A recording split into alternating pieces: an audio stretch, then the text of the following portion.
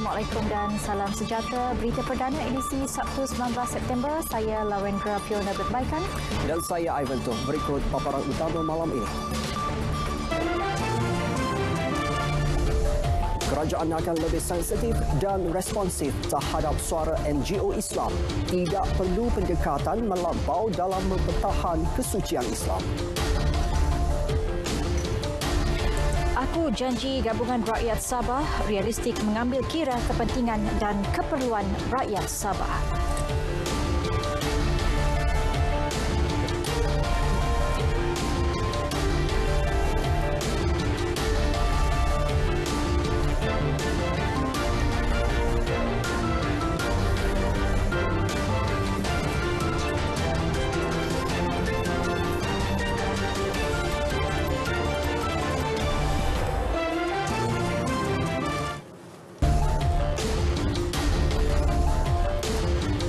Perdana kami mulakan dengan perkembangan insiden keracunan gas karbon monoksida dalam kereta di Butterworth, Pulau Pinang, Rabu lalu. Pelajar yang terselamat dalam kejadian itu, Nur Akila Muhammad Safwan, dilaporkan semakin stabil.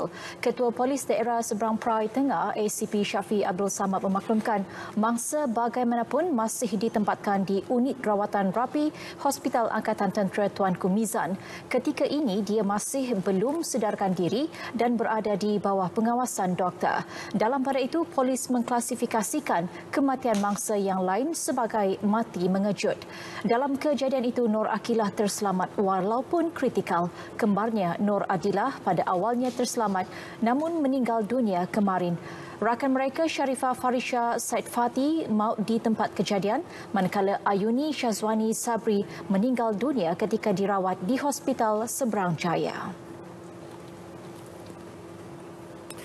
Tindakan tidur di dalam kenderaan dalam keadaan enjin hidup dan tingkap tertutup boleh menyebabkan pemandu dan juga penumpang terdedah kepada keracunan gas karbon monoksida tanpa disedari.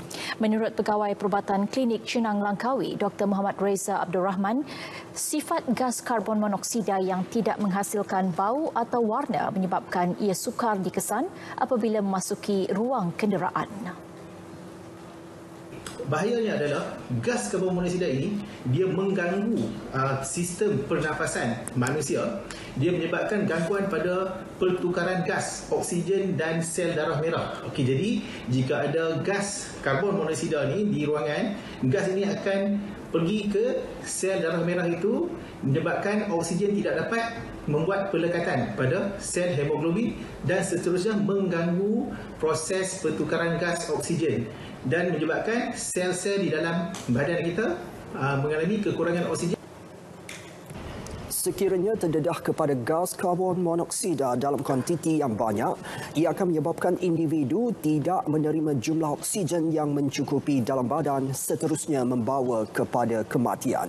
Sementara itu, penolong pengarah operasi JBPM Selangor Hafizan Muhammad Noor berpandangan aspek keselamatan kenderaan juga perlu dititik beratkan dengan memastikan kenderaan sentiasa diselenggara dan diperiksa sebelum memulakan perjalanan. Walaupun kes kematian akibat keracunan gas karbon monoksida terpencil dan jarang berlaku, namun ia tidak boleh dipandang ringan kerana boleh meragut nyawa. Sekiranya kita memandu, terpaksa juga memandu, pastikan kita memandu berdua ataupun berkumpulan supaya ada pihak yang boleh bergilir-gilir untuk tidur dan juga memandu. Yang sekiranya kita memandu seorang juga, pastikan sekiranya kita mengantuk betul-betul, kita hendaklah berhenti dan juga berehat di tempat yang selamat. Perdana Menteri Tan Sri Muhyiddin Yassin memberi jaminan Kerajaan Perikatan Nasional akan lebih sensitif dan responsif terhadap suara NGO Islam. Menurut beliau, kerajaan mengambil berat kebimbangan disuarakan NGO Islam berkaitan ancaman pemikiran dan cara hidup yang boleh mengancam akidah dan akhlak umat Islam. Ini termasuk pengaruh ideologi liberalisme dan sekularisme barat yang tidak melihat agama sebagai penting dalam kehidupan manusia. Sebaliknya, lebih mengagungkan kebebasan individu yang tidak terbatas sehingga melanggar hukum hakam dan syariat Islam. Ini semua adalah sebahagian penting daripada perjuangan umat Islam di negara kita ini yang mesti terus diperkasakan. Justru itu saya amat menyambut baik peranan yang dimainkan oleh saudara-saudara pimpinan NGO Islam bersama dengan pihak kerajaan untuk sentiasa bertukar pandangan dan juga saling memperkokohkan peranan masing-masing dalam memelihara kedudukan dan kesucian agama Islam di negara kita. Bagaimanapun, dalam usaha untuk membela dan mempertahankan kesucian agama Islam dan kemurnian akidah umat Islam, Tan Sri Muhyiddin mengingatkan semua pihak agar tidak mengambil pendekatan yang ekstrim atau melampau sehingga menimbulkan keresahan dalam masyarakat majmuk di negara ini. Kerajaan tidak akan berkompromi dengan sebarang bentuk amalan ekstremisme yang boleh menggugat keharmonian kaum, ketenteraman awam serta keselamatan negara. Di mana yang telah pun diamalkan di negara ini, tindakan tegas berlandaskan undang-undang diambil terhadap pihak-pihak yang menyebarkan amalan dan fahaman ekstremisme, tak kira apa agama sekalipun. Dalam usaha kita untuk membela kedudukan Islam dan juga memelihara kemurnian akidah umat Islam, pendekatan yang kita ambil mestilah berteraskan prinsip hikmah dan nasihat yang baik. Tan Sri Muhyiddin berucap pada perjumpaan khas bersama pemimpin NGO Islam Anjuran Yayasan Dakwah Islamia Malaysia Yadim di Putrajaya. Pada majlis yang turut dihadiri Menteri di Jabatan Perdana Menteri Datuk Dr. Zulkifli Muhammad Al-Bakri, yang di-Pertua Yadim Nasrun Hassan menyerahkan resolusi daripada NGO Islam kepada Tan Sri Muhyiddin. Perdana Menteri percaya resolusi yang diserahkan kepada beliau itu melambangkan keprihatinan dan komitmen para pemimpin NGO Islam terhadap usaha untuk meningkatkan syiar Islam dan memajukan ummah. Beliau akan meneliti dan memberikan perhatian yang sewajarnya terhadap syur-syur yang dikemukakan.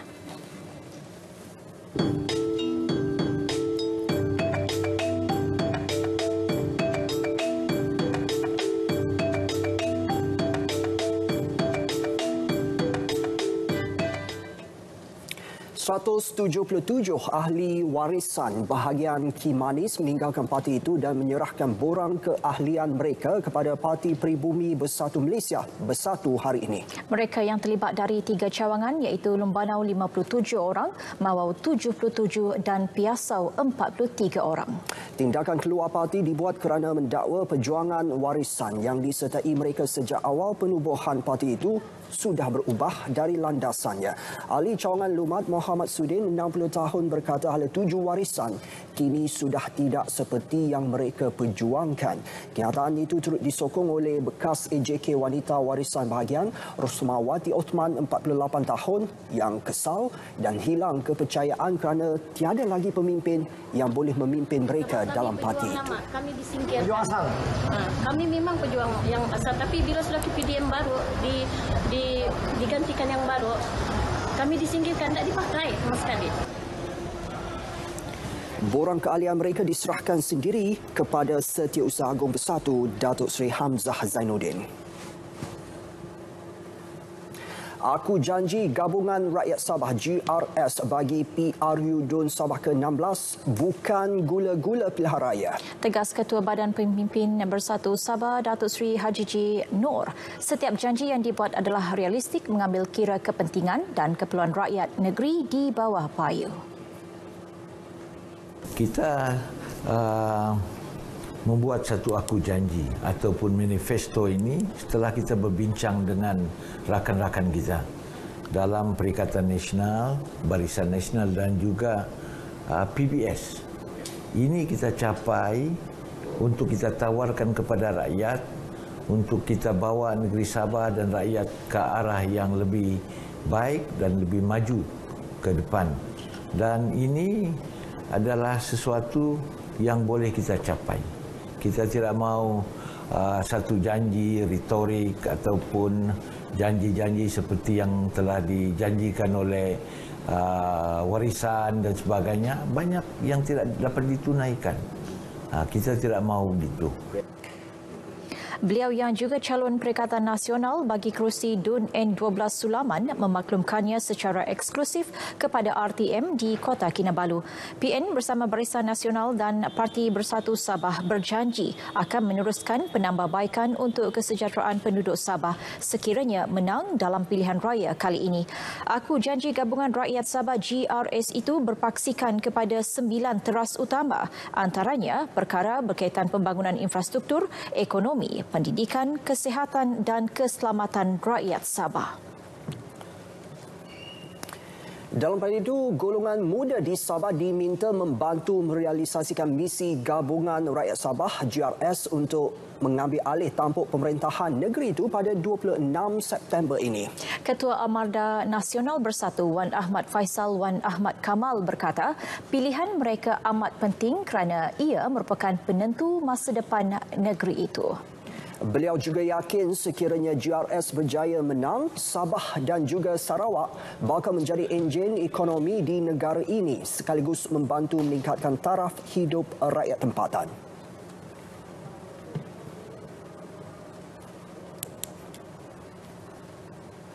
Jadi kita perlu kerajaan negeri yang selari dengan kerajaan persekutuan. Jadi harapan saya besar agar anak muda kita memahami hasrat mengapa kita perlu ubah balik kepada kerajaan Gabungan Rakyat Sabah yang akan kita sama-sama undi pada minggu hadapan. Beliau menghadiri program pentas anak muda GRS di Kota Kinabalu. Tambahnya, lebih sejuta anak muda hilang pekerjaan ekoran pelaksanaan Perintah Kawalan Pergerakan PKP. Justru lebih banyak program untuk golongan muda perlu diperkenalkan, termasuk program Gerbang Sabah. Dalam pada itu, golongan belia yang ditemui juga menyambut baik amanat yang disampaikan.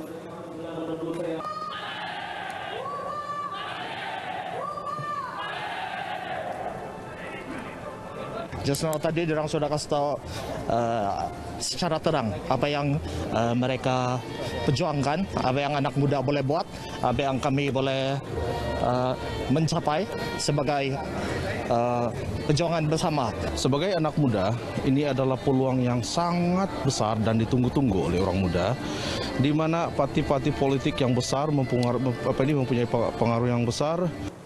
Saya punya reaction itu memberi semangat kepada anak muda untuk terus kita kepada Sabah untuk mempertahankan hak-hak kita dan terutamanya kepada anak muda di luar sana.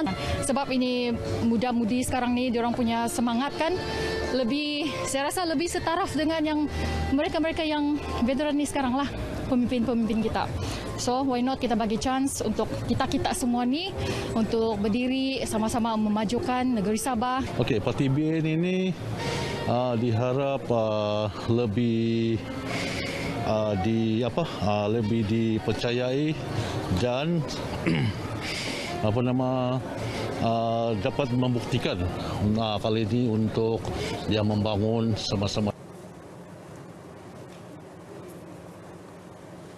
Sementara itu, penduduk di Dun Pintasan menyambut baik bantuan kerajaan menerusi bencana. Bantuan BSH Prihatin Malaysia tu, saya harap adalah bantuan seterusnya. Senang hatilah juga dapat bantu-bantu keluarga. Kami sebagai rakyat negeri Sabah ataupun sebagai Dun Pintasan yang mengundi di Dun Pintasan ini 8, kami mengucapkan ribuan terima kasih kepada kerajaan kerana bantuan yang mereka memberi kepada kami sebagai rakyat amat bermakna.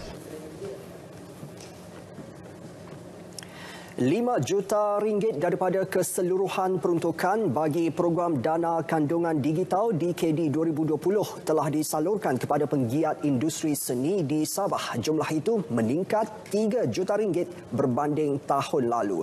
Menteri Komunikasi dan Multimedia Datuk Saifuddin Abdullah berkata keputusan meningkatkan jumlah peruntukan itu dibuat setelah melihat potensi bakat dan karya anak seni di Sabah.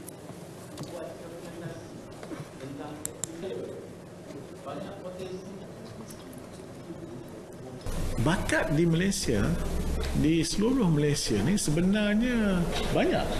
Tapi kita kena kerajaan harus buka peluang untuk mendengar suara-suara mereka ni. dan kita mesti bersifat terbuka dan berlapang dada untuk mendengar isu-isu mereka, mendengar cadangan-cadangan dan idea mereka. Dan saya percaya bahawa dengan cara itu kita dapat meluaskan lagi peluang untuk anak-anak muda yang berbakat ini meneroka dan menempa kejayaan dalam bidang-bidang yang mereka pilih, yang mereka sukai. DKD antara lain bertujuan menggalakkan penggiat industri dalam penghasilan penerbitan dan penyebaran kandungan kreatif bertaraf global, sekaligus menjadi sumber pendapatan utama yang membantu memacu ekonomi negeri. Beliau memaklumkannya secara eksklusif kepada RTM selepas program bersama penggiat industri kreatif Sabah di Kota Kinabalu. Mengulas lanjut, Datuk Saifuddin berkata kementeriannya akan membina 3 hub industri kreatif masing-masing di Sabah, Sarawak dan Semenanjung Tanah Air. Perbincangan mengenainya akan dibuat bersama-sama pemain industri dalam masa terdekat. Saya minta kementerian dan Finas dekat Semenanjung sendiri kita ada tempat macam Common Grounds Work yang memang sudah lama ada program Malaysia Digital Hub di mana bukan saja orang dari kreatif yang dari Malaysia tapi juga antarabangsa yang datang untuk mendapatkan talent dari Malaysia untuk membantu mereka dalam membangunkan bisnes. Jadi kalau kita mendapatkan peluang itu dan bawa pergi Sabah, it'll be awesome. What is important to me is bringing together the talents, the professionals in the creative industries so that they can build their networks, they can build a sense of community. The hub hopefully will do this, will achieve this, because at the moment a lot of the creatives are separated, they're all acting independently. Kemudahan media launch diperkenalkan bersempena PRU kali ini. Inisiatif oleh Kementerian Komunikasi dan Multimedia KKMM ini bertujuan memudahkan urusan petugas media melakukan liputan sepanjang tempoh berkempen hingga ke hari pengundian. Ikuti perkongsian yang disediakan Jibelta Robert.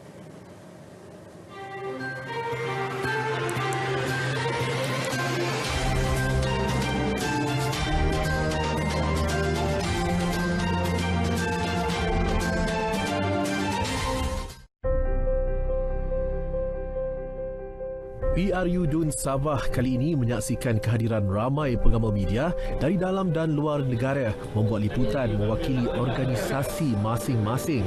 Berbeza dengan pusat media rasmi disediakan Jabatan Penerangan, media lounge yang bertempat di bangunan Riverson Walk, Kota Kinabalu ini berfungsi sebagai sudut santai setelah seharian berada di lapangan. Menteri Komunikasi dan Multimedia Datuk Saifuddin Abdullah berharap petugas media dapat memanfaatkan fasiliti di Media Lounge seterusnya memudahkan urusan mereka dalam membuat liputan. Media Lounge ini adalah tempat santai untuk para wartawan untuk relax dan bekerja pada waktu yang agak lebih fleksibel dan sebagainya. Pusat ini dilengkapi kemudahan internet, bilik mesyuarat dan mesin cetak selain bilik mandi. Perkhidmatan makanan dan minuman juga turut disediakan. Rata-rata petugas media ditemui memuji inisiatif KKMM ini dan menzahirkan penghargaan atas keprihatinan diberikan dalam menyediakan ruang bekerja yang selesa. Dekat sini media lounge ni kita boleh macam lebih santai. Kita macam kalau kita rasa macam kita perlukan tempat-tempat macam ni lah bila kita dah penat bekerja kan, bila kita dah pergi sana ke sini, bila datang ke sini kita boleh macam take file sambil-sambil dengan suasana dekat sini pun macam little bit sesuailah untuk kita sebagai pengamal media ni. Media lounge yang disediakan ni ruangannya agak santai, maknanya, dan ruangannya juga agak luas, memudahkan juga para wartawan sekiranya mereka datang dalam paks yang agak ramai dan sekiranya mereka tidak sempat untuk pulang ke hotel ke, di sini juga ada kemudahan fasiliti untuk mereka mandi ataupun refreshing semula, dan juga di sini juga ada disediakan kafe, so sama-sama tu boleh tea time lah petang-petang. Saya tengok terlalu best lah sebab ada wifi, makan pun dia bagi free apa semua kan.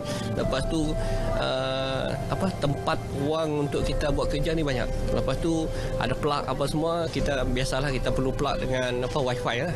Lepas tu nak order air, makan apa semua ada. Terbaiklah. Media Lounge beroperasi dari pukul 9 pagi hingga 9 malam setiap hari sehingga selesai tarikh pengundian 26 September. Para petugas media hanya perlu bawa bersama kad perakuan media yang sah untuk menikmati perkhidmatan dan kemudahan yang disediakan. Capaian internet yang pantas dan stabil tentunya satu keperluan bagi semua petugas media melakukan liputan dari lokasi. Pelancaran Media Lounge oleh KKMM di Riverwalk, Kota Kinabalu ini diharap dapat memberikan ruang yang selesa dan santai bagi para wartawan menyediakan liputan yang semasa dan terkini buat tatapan semua. Jabatan Robert, Berita RTM.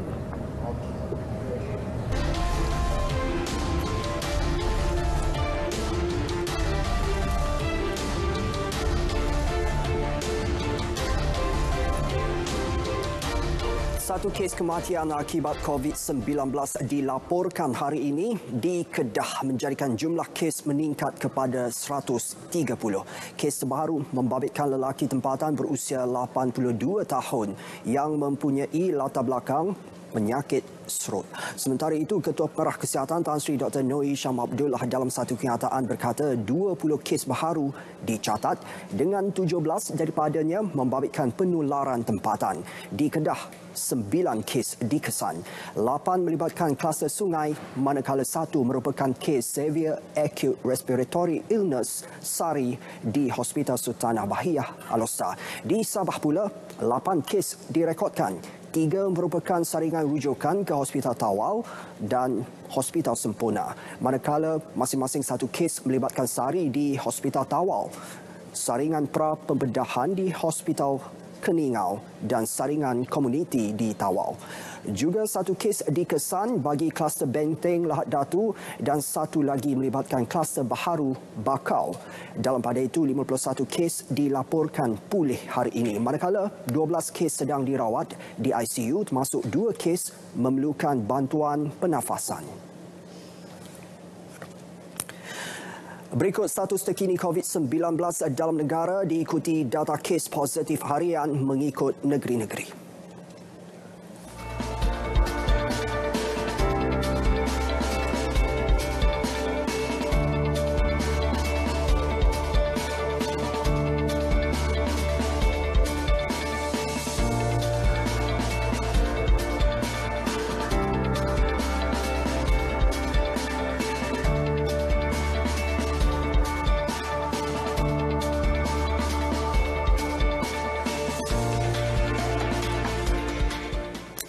Tanah persendirian di Johor yang diguna sebagai tapak pelupusan sampah haram akan dirampas. Tindakan tegas itu bakal diambil kerajaan negeri bermula tahun depan.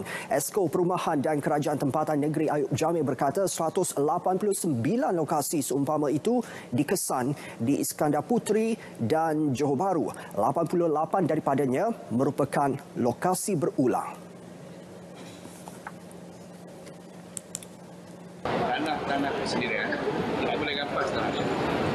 So kita akan beri ketetapan tanah-tanah yang maksudnya tempat buang sampah, tanah persendirian. Kerajaan negeri boleh tahu. Kalau kes dia berulang terlalu lama, I think kita akan cadang pada kerajaan ini untuk ambil tindakan. Beliau berkata demikian pada sidang media program World Cleanup Day peringkat kebangsaan 2020 di Kampung Pendas Baru, Johor Bahru, Johor. Penlibatan dan kesedaran masyarakat dalam memelihara dan menjaga kebersihan alam sekitar perlu dipertingkat. Timbalan Menteri Perumahan dan Kerajaan Tempatan Datuk Seri Dr. Ismail Muttalib berkata usaha itu bagi memastikan negara bebas pencemaran dan penyakit akibat pengabaian kebersihan. Dalam masa sama, merealisasikan hasrat menjadikan Malaysia sebagai negara bersih. Kementerian juga menyambut baik usaha SW Corp yang memperkenalkan Hari Kebersihan Sedunia sebagai galakan dan kesedaran kepada rakyat. Buat julung kalinya, program itu dilancarkan di Kampung Pendas, Gelam Patah, Johor. 990 kg sampah berjaya dikutip dalam program gotong royong yang melibatkan 474 sukarelawan.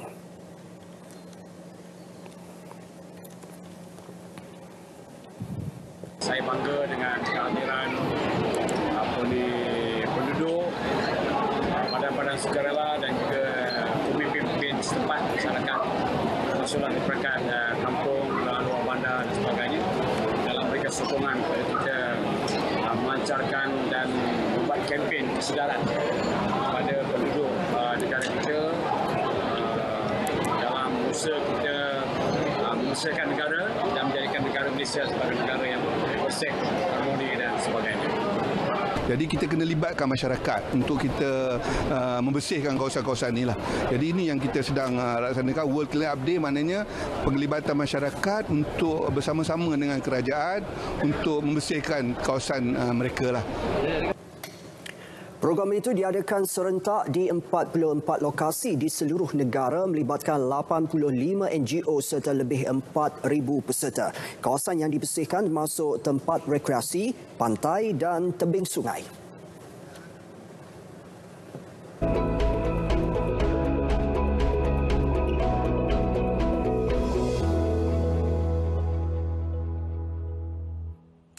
Assalamualaikum dan salam sejahtera. Amaran cuaca waspada sudah pun tamat namun diganti dengan amaran angin kencang dan juga laut bergelora berkuat kuasa di kawasan perkapalan Phuket iaitu dijangka sehingga ke 20 September 2020. Ia adalah berbahaya ke atas semua aktiviti perkapalan dan pantai termasuklah menangkap ikan dan juga perkhidmatan feri. Bagi keadaan cuaca semasa pula, bahawa masa ini hujan sudah pun berkurangan di kawasan utara Semenanjung, terutama sekali negeri Kedah, namun buat masa ini hujan lebat sudah pun bergerak ke utara negeri Kelantan. Sementara itu di Sabah dan juga Sarawak pula hujan lebih tertumpuk di Sarawak Barat dan sedikit di Sabah Barat, dan juga terdapat ribut petir buat masa ini di kawasan bahagian Miri negeri Sarawak. Hujan ini dijangka berterusan sehingga ke lewat malam pada hari ini. Bagi ramalan cuaca bagi keesokan hari pula, Met Malaysia menjangkakan hujan akan lebih tertumpu pada pagi hari di kawasan perkapalan Bunguran dan sedikit di bahagian Kuching negeri Sarawak, dan keadaan hujan semakin bertambah terutama sekali ribut petir menjelang sehingga ke tengah hari, iaitu terutama sekali di utara Semenanjung sehingga ke Lembah Kelang, termasuklah sedikit di kawasan negeri Johor dengan pertambahan hujan di kawasan pedalaman Kapit pada malam hari esoknya. Sekian dahulu laporan cuaca buat malam ini. Dapatkan informasi cuaca di laman Sesawang dan juga media sosial kami. Saya Abdul Aizat. Assalamualaikum.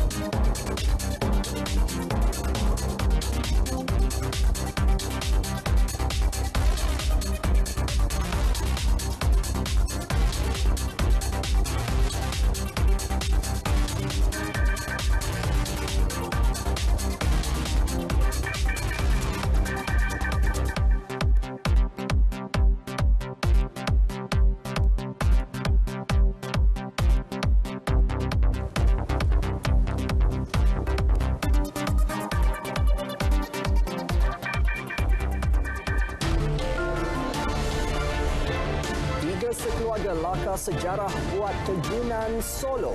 Laporannya seketika nanti.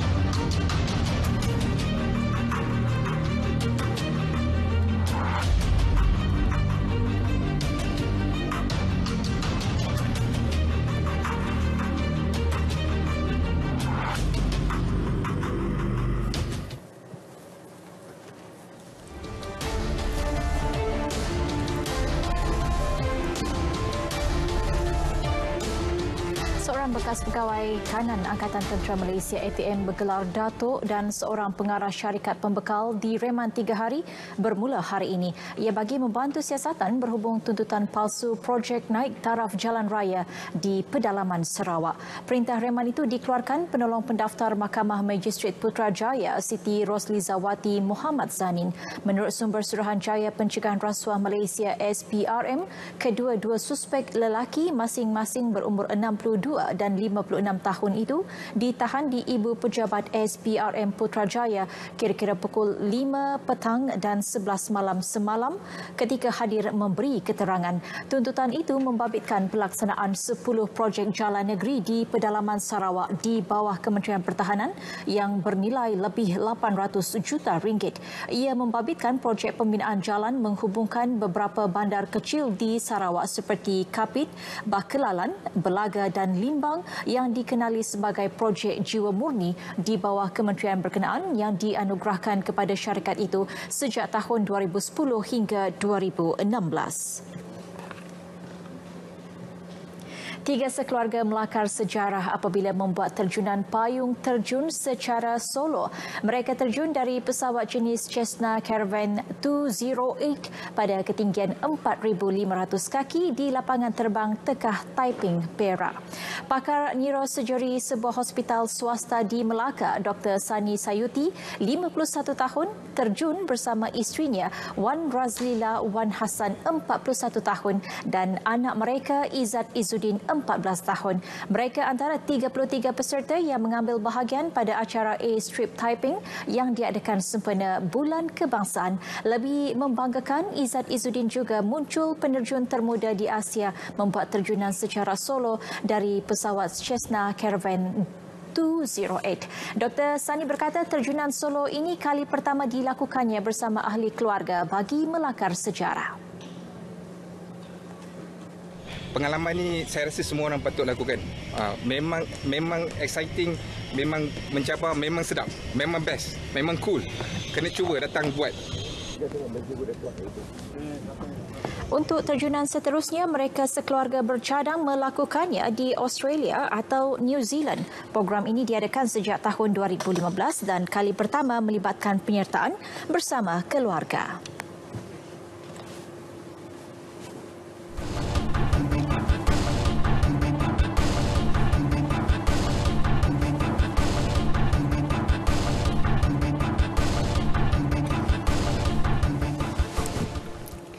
Platform Padanan Latihan dan Kerjaya Unilink menyasarkan pendaftaran 50,000 pengguna sehingga hujung tahun ini. Portal yang diperkenal Institut Otomotif Robotik dan IoT Malaysia MARI itu berperanan untuk memadankan peluang penempatan latihan kepada mahasiswa berdasarkan kepada minat dan pengalaman mereka. Keputusan penempatan ditentukan menggunakan analisa data raya, kecerdasan buatan dan pembelajaran mesin. Architecture of the platform sampailah. Jadi dengan adanya Unilink ini akan memberi satu gambaran yang lebih luas dan memberi peluang kepada pihak industri untuk memilih interns yang terbaik bagi menyelesaikan masalah industri pada masa tersebut. Inisiatif itu dibangunkan dengan mengambil kira permintaan institusi pengajian tinggi bagi menyediakan platform padanan antara mahasiswa dan industri bila melancarkan platform Unilink di Cyberjaya, Sepang. AirAsia nafi menggantung semua laluan penerbangan melibatkan negara Jepun bagi bulan Oktober ini. Ketua Pegawai Eksekutif Kumpulan AirAsia Tan Sri Tony Fernandez berkata ia hanya kabar angin dan pihaknya tidak merancang untuk melaksanakannya. Namun beliau tidak menolak kemungkinan pihaknya akan menilai semula semua laluan penerbangan dan operasi syarikat mengikut keperluan semasa. AirAsia the world is changing every day, right? So we got to also focus on what we're good at. There's nothing planned on Japan, but maybe it's better for us to focus on ASEAN as opposed to other places. Beliau ditemui selepas pelancaran single pertama Red Records berjudul Passcode oleh Janine Wiggle di Petaling Jaya. Sebelum ini, beberapa media melaporkan AirAsia Jepun bakal menggantung penerbangan disebabkan penurunan permintaan ketara kesan pandemik COVID-19. Berita perdana kita teruskan dengan segmen sukan. Kita terus bersama Nazri Fahmi. Silakan.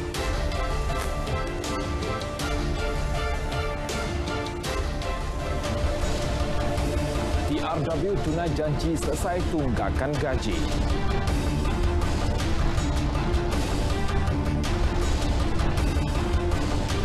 Thiago Alcantara sah bersama The Reds.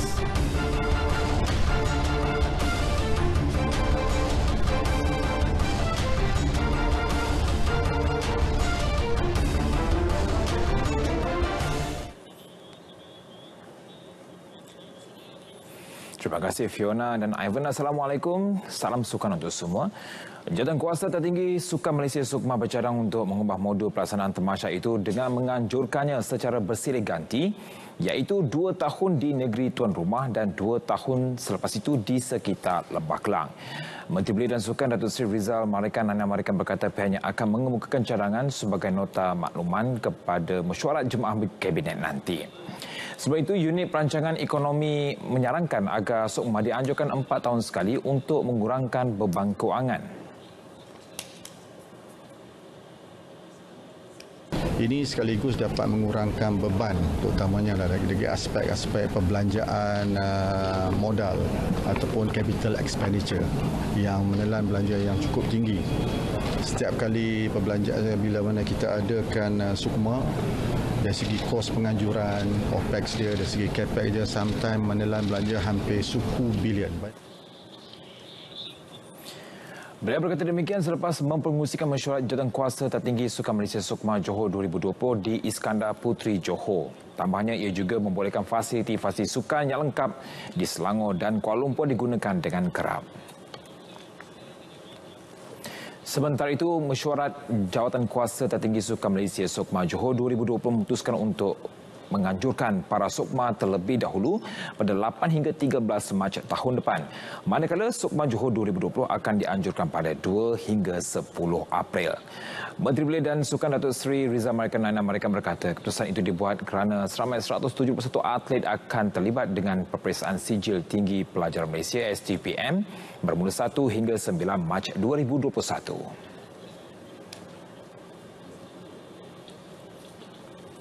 Yang mana setelah dihitung hampir 171 orang atlet yang akan terlibat dalam sukan dalam peperiksaan tersebut.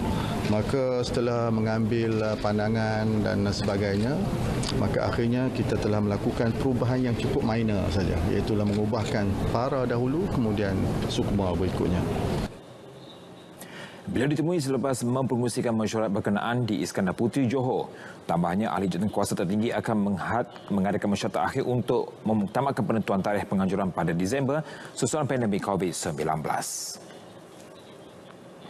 Sebelum itu, Kementerian Belia dan Sukan KBS bakal menimbang secara serius untuk mengembalikan sukan sepak takraw sebagai antara sukan teras negara. Menteri Datuk Seri Rizal Marikan Naina Marikan berkata, sepak takraw memiliki tempat istimewa dalam kalangan rakyat dan hampir segenap masyarakat bermain sukan ini. Sebagaimana yang telah dimaklumkan bahawa sukan sepak takraw ini adalah sukan tradisi negara, kan? Walaupun ia hanya dimainkan pada waktu ini setakat peringkat sukan Asia, tapi jangan kita limitkan atau jangan kita bataskan impian kita untuk melihat sukan tradisi negara ini dapat pada akhirnya dimainkan di peringkat yang jauh lebih tinggi, sukan Commonwealth, dan pada satu hari nanti mungkin dapat dimainkan juga di sukan Olimpik sekalipun. Akuinya pencapaian skuad takraw negara di peringkat antarabangsa antaranya meraih pingat emas di Sukan Asia 2018 di Indonesia turut menjadi faktor yang menguatkan peluang sukan itu kembali disenaraikan. MSN menggugurkan sepak takraw, angkat berat dan taekwondo daripada senarai sukan teras negara pada 2017 berikutan prestasi buruk serta tidak menunjukkan sebarang peningkatan berdasarkan semakan semula termasuk kajian mendalam terhadap prestasi ketiga-tiga sukan tersebut sejak 2007. Menteri Sains Teknologi dan Inovasi Khairi Jamaluddin telah dilantik sebagai pengurusi Persatuan Lumba Basikal Negeri Sembilan PLBNS yang baharu. Bekas Menteri Belia dan Sukan itu berkata beliau berazam menjadikan Negeri Sembilan sebagai destinasi utama bagi sukan berbasikal selain cuba melahirkan lebih ramai pelumba. Beliau berkata Negeri Sembilan bertuah kerana memiliki kemudahan velodrome nasional dinilai ia bagi satu kelebihan buat sukan berbasikal di negeri ini. Kita bertuah kerana ada velodrome nasional di sini. Jadi secara automatiknya banyak acara dijalankan di Negeri Sembilan, terutamanya yang menggunakan track velodrome dan juga track BMX. Dan kita akan cuba banyakkan lagi juga acara road cycling seperti jelajah Negeri Sembilan dan juga acara-acara yang lain. Beliau ditemui selepas mesyuarat agung tahunan 2020 Persatuan Lumba Basikal Negeri Sembilan di Port Dickson. Dalam pada itu, Khairi mengingatkan agar pelumba untuk mempunyai sikap bertanggungjawab dengan mematuhi undang-undang jalan raya. Mengenai isu semasa sukan berbasikal, beliau mengharapkan agar garis panduan dan SOP dalam acara sukan berbasikal dapat diberi penerangan yang lebih khusus melalui platform media sosial. Tim Red Warriors Sdn Bhd RW mengesahkan sudah menyelesaikan semua tunggakan gaji membabitkan 15 bekas pemain dan pegawai pasukan itu. Menerusi satu rakaman video berdurasi 1 minit 9 saat, pemilik baharu TRW Norizam Tukiman menjelaskan pihaknya sudah membuat pembayaran gaji yang tertunggak kepada pemain. Okay, alhamdulillah gaji semua dah dibayar. Semua pemain-pemain yang sedia ada yang tengah main sekarang ni semua gaji dah dapat. So saya harap tak ada lagi spekulasi ataupun apa-apa cerita-cerita belakang mengatakan saya ni hanya bercakap kosong apa semua. Tadi maksudnya ikutkan plan perjanjian awal pengambil alihan pasukan Kelantan, kita janjikan pada bulan 12. Maksudnya kita nak selesaikan semua hutang. Tapi alhamdulillah kita dah kotakan dalam masa kurang 1 bulan, iaitu dalam masa 3 minggu saya dah selesai bayar semua pemain-pemain sedia ada. Jadi harapan saya semua pemain, saya kotakan janji saya, you all kotakan janji awak semua, main betul-betul untuk pasukan Kelantan kita. Penyelesaian tersebut termasuk tunggakan bekas Ketua Pasukan Kelantan Muhammad Badri Razi, Khairul Fahmi Cik Mat, Brandon Gan dan beberapa jurulatih termasuk Hashim Mustafa dan pengendali dari talen Satib Bensoh.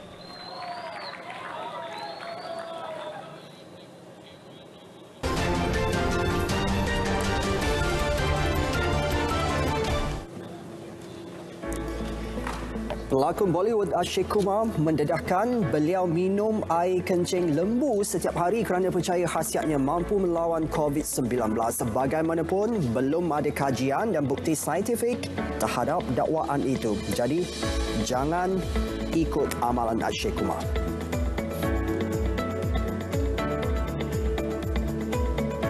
Hari ini tular satu video Duta Besar Perancis ke Malaysia Frederick Lapanche fasih berpantun mengucapkan selamat tinggal dan terima kasih kepada rakyat Malaysia. Kalau ada sumur di ladang, boleh kita menumpang mandi. Kalau ada umur yang panjang, tahun depan berjumpa lagi.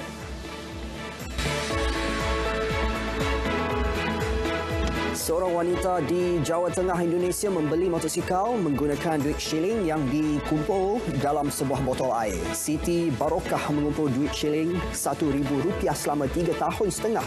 Pengurus kedai berkata jumlah duit shilling yang dikira tidak cukup untuk membayar harga motosikal itu, namun bakinya dibayar semasa motosikal itu dihantar ke rumahnya.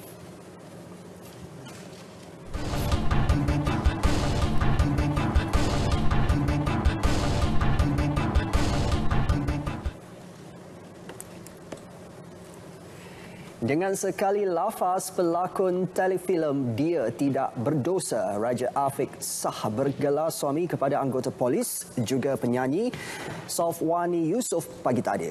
Pasangan merpati dua sejoli itu dinikahkan bapa pengantin perempuan dengan disaksikan 18 tetamu di Masjid Raja Tengku Ampuan Jemaah Bukit Celotong, Shah Alam. Jelas Raja Afiq, dia bersyukur akhirnya disatukan dengan Safwani atau nama sebenarnya Fairuziha Hazwani Muhammad Yusof walaupun dalam tempoh perkenalan yang singkat. Rasanya lebih kurang macam tu lah kot. Sebab bagi saya dah decide saya tak nak bercinta lama-lama. Kalau boleh nak terus kahwin, lepas kahwin kita sambung cinta kita tu. Saya belum kahwin pun dah bercinta. Cuma lepas kahwin tu lagi sambung lagi. Walaupun singkat, tapi orang kata rasa macam dah lama kenal kan. Kita mungkin rasa macam kita terima kekurangan, kelebihan kita dan saling melengkapi buat kami rasa macam ikatan tu makin kukuh. Pada majlis itu, Raja Afiq menyerahkan wang hantaran berjumlah RM15,000, mas kahwin berjumlah RM1,101 serta 5 dulang dengan dibalas 7 dulang pengantin perempuan.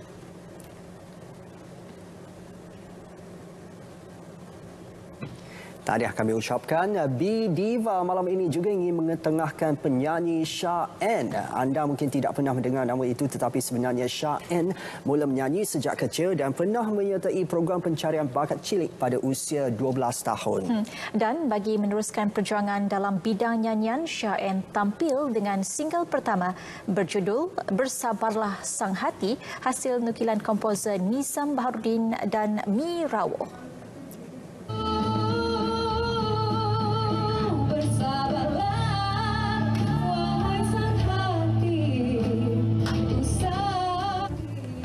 Jika diamati melodi lagu Bersabarlah Sang Hati ini, ia seperti lagu-lagu yang muncul pada lewat tahun 90-an.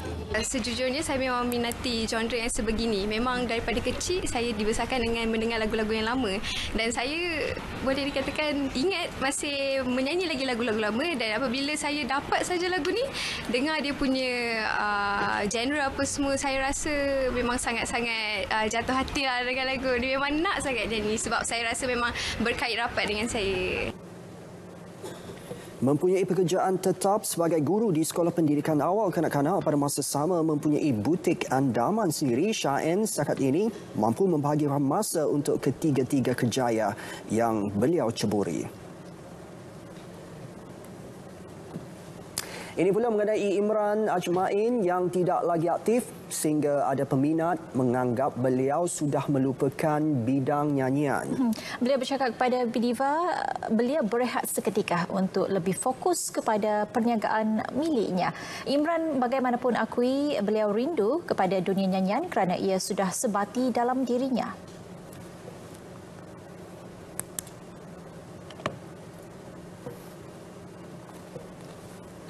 Saya sebagai seorang penyanyi, nyanyian dan muzik tu sentiasa nombor 2 untuk saya kerana saya seorang pereka grafik dan saya pentingkan bisnes saya mempunyai restoran dan saya ada agensi. Namun begitu, seorang penyanyi tidak dapat meninggalkan seni. Berita perdana edisi Sabtu 19 September berakhir di sini. Terima kasih atas kesetiaan anda. Kami tinggalkan anda dengan visual suasana kempen Pilihan Raya Umum Dun Sabah. Dengan itu, Assalamualaikum.